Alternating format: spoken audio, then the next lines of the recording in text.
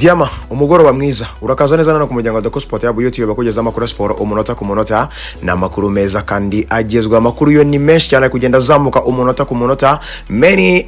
updates ariko ndashaka ko tuganiraho gatoya ku mpinduka zibaye mu muryango w'ikipe ya Chelsea babiri birarangiye Xabi Alonso arababonye imyaka 71 bigenze gute ndaza kubwira ko bita Ayub Obwade impano iri mu muryango w'ikipe ya Lille ndetse mu ikipe y'igihugu akinira ikipe y'igihugu ya Maroc nimero 6 cyangwa se nimero 8 nawe Manchester City ibigize intambara ibigize serie ikindi kandi ndaza kubwira ko bita Randall Coleman yamaze kuba yemezwa ahagomba kwerekeza aya makuru yose niyo ngiye kugeza kuri uyu munota cyo nagusaba no gukora subscribe niba ukunze ibyo dukora sharing likinga icyo nagusaba ndagusaba ko wakomeza gutanga ibitekerezo byawe kugira ngo dukomeze tugende tubana umunota akumunota reka rero twanzike Xabi Alonso amaze iminsi ari kwifuza experience mu muryango w'ikipe ya Chelsea Uwa mbere Danny Welbeck mu kiganiro cyabanje nakubwiye ko yamaze kwemeranya n'ikipe ya Chelsea kwisinyira imyaka 2 ndetse ibizami by'ubuzima bikazaba bizakorwa mu minsi iri imbere igiye kuza avuye mu muryango w'ikipe ya Brighton of Albion imyaka 35 Danny Welbeck uyu mugabo rero aje akurikirwa n'uwitwa Jordan Anderson kapiteni wahoze ari wa Liverpool yakiniye Etihad yakiniye ikipe ya Ajax Amsterdam yari mu Buholandi ubungu yabarizwa mu muryango w'ikipe ya Brentford uyu munsi nibwo amasezerano yarangiye mu muryango w'ikipe ya Brentford bamaze kuba bahererekanya impapuro bemenyanya ko bimaze kuba birangira hagati ya Brentford n'umukinnyi Jordan Anderson asohotse mu free agent nawe rero amaze kwemenya n'ikipe ya Chelsea imyaka 2 kugeza 2028 aho ibizami by'ubuzima nabyo bigomba gukorwa mu minsi iri imbere ubu rero Jordan Anderson araza gukora ibizami by'ubuzima ubundi ahite ajoining ikipe ya Chelsea azasanga uyu bita Danny Welbeck Jordan Anderson imyaka 36 uyu mukinnyi rero nawe aje mu muryango w'ikipe ya Chelsea kugira ngo ikipe ya Chelsea rebe ko yazamura ubunararibonye yazamuramo ihangana ikindi kandi bashyiramo ikijyanye no kwereka abakinnyi ba Chelsea ko bagomba gukura kukabina keza Xabi Alonso rero niba rokirisa batoza nawe niba rokirisa experience mu buhe buryo ariko nanone aba bakinnyi ikintu bagomba kuzana murabizi neza ko Chelsea ifite ikibazo cyo kugira abakinnyi b'abanyempano bazi n'umupira ariko badafite intego ubona n'abakinnyi bashwanira mu kibuga barashwanira penalty barabona imituku myinshi cyane igiye ikurikiranye kandi ukabona na maherere ibyo rero nibyo Xabi Alonso ashaka kurwanya kugeza kuri saha ari nayo mpamvu yifuje kurokirita aba bakinnyi ba experience murabizi ko yahereye ko bita Granit Xhaka amushaka kumuvana mu muryango w'ikipe ya Sunderland muberi bamba nyuma yuko yari amaze no gutanga bid ya mbere bamuberi bamba ajya kuri John Stones ariko John Stones bisa nk'iwe bitarakunze neza aka kanya rero Jordan Anderson Danny Welbeck imyaka 71 bombi biteranyije 35 Danny Welbeck ndetse 36 Jordan Anderson baje kuba abakinnyi b'ikipe ya Chelsea ariko nanone baje kuzana leadership ndetse no kuzana experience ubu naribonye mu muryango w'ikipe ya Chelsea bazafasha umutoza Xabi Alonso mu bijyanye no kuganira abakinnyi kubakuza maturité imyumvire maturity ndetse igikomeye cyane no kubakuramo ibijyanye no kuba bagira ibintu by'ubwana bwinshi cyane bagomba kuba abakinnyi b'ikipe ya Chelsea bahangana ku rwego rwo hejuru nakomeje kukubwira ko si cyo gusa Danny Welbeck azazana Danny Welbeck washobora no gutuma wo bita Marc Guy asohoka imyaka 20 bavuye mu kipe ya Barcelona forma academy wayo ikindi kandi ashobora gutuma Liam Delap ndetse na Emega hagize uzana proposal nziza nabo basohoka Nicholas Jackson hari amakipe akomeje kugenda mwifuza muri kumva ko abakinnyi benshi bagomba gusohoka uko byagenda kose kuko abataka Chelsea maze kugira nabataka barindwi dushizeho ba David Darito Fofana tugashiraho Joe Pedro ugashiraho n'uyu nguyu winje Danny Welbeck urumva ko bamaze kuba barindwi Chelsea irifuza kuzamura icyo bita ubuhangange no kuzamura icyo bita ihangana no kuzamura icyo bita competition ikindi no kugarura wa muco wayo wo gutwara ibikombe ikeneye rero abakinnyi bafite experience ni nayo mpamvu Xabi Alonso ari kwifuza ko iyi projet yayishyiramo abakinnyi bafite experience bamenyere Premier League bamenyere gutwara ibikombe bahanganiye Premier League ikindi kandi bamaze no gukura bazi icyo gukora ari nayo mpamvu yiteguye kuba yakorana n'abano bagabo babiri kugira ngo babashe kuzamura ubunararibonye muri bano bakinnyi babiri ndetse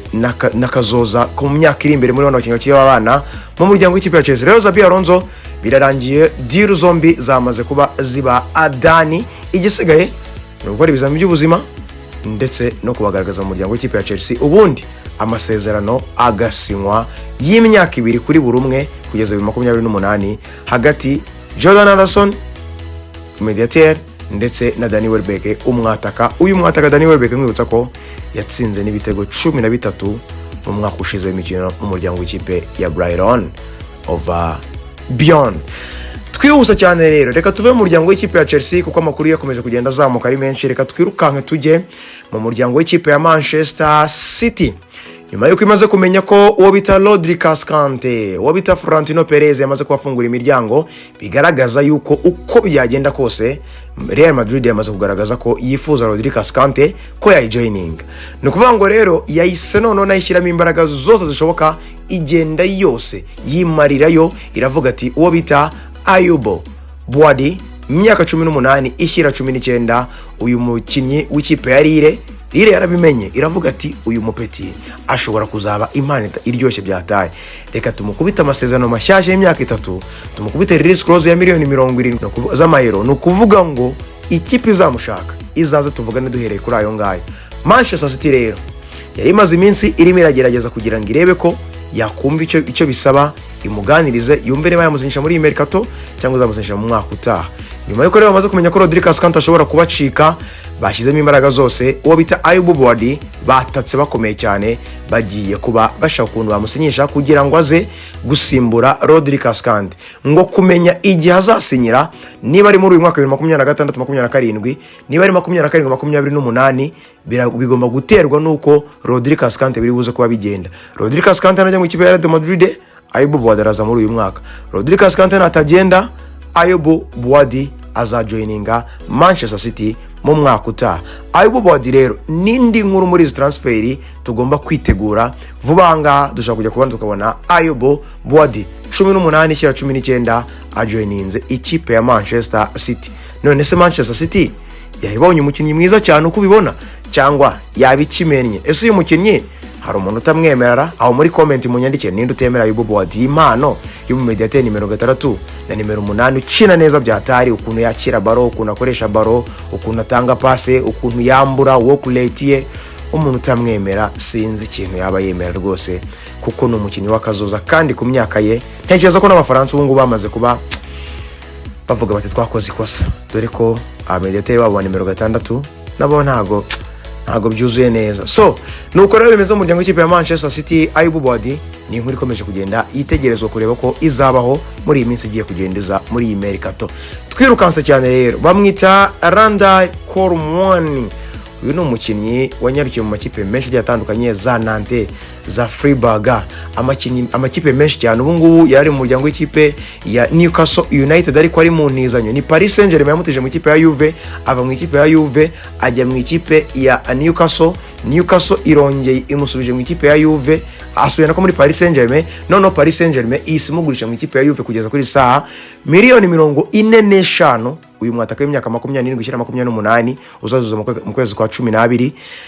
kubera ko bamutijemo muri Juve nanone bwa kabiri, ariko harimo obligation to buy mu mwaka utaha. Uyu Randal Colomwani no umukinnyi ujya kugenda mu ikipe ya Juventus nanone ku ntizanyo, ariko harimo itegeko ryo kumugura mu mwaka utaha w'imikino. Uyu mwataka rero w'ikipe ya Paris Saint-Germain ubimaze kurangira, ntago akiri mu mako y'ikipe ya Paris Saint-Germain kugeza kuri saha, kubera ira obligation to buy iyo yamaze kwiterekamo itegeko riba ari ukumugura nyuma yuko sezo imaze kuba irangira. No kuvuga ngo rero Randal Colomwani uyu Mufaransa amaze kuba ajoininga ikipe ya Juventus nanone mu ntizanyo, ariko harimo obligation to buy mu muryango w'ikipe ya Juventus.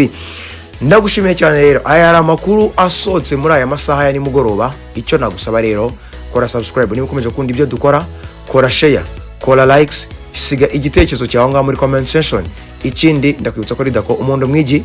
Mekire muri bombe diama. Mama Gachi football is always my life, another na rogo amakuru ya siporo yo nakagaruka. Imana ikomeze kubana nawe. Ciao ciao, bye bye, hasta la vista, no, bye bye, ciao ciao.